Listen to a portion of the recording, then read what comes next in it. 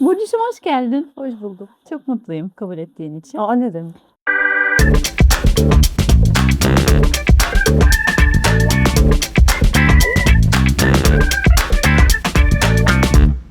Ben ilk zamanlarda nasıl tepki veriyordum ama biliyor musun? Mesela şurada ya ben böyle falan Ay, masaları çok lanet bir deviriyordum şey, hiç falan sevmem. böyle. Hiç sevmem. Tepiniyorum ya horon tepercesine falan Yani ya.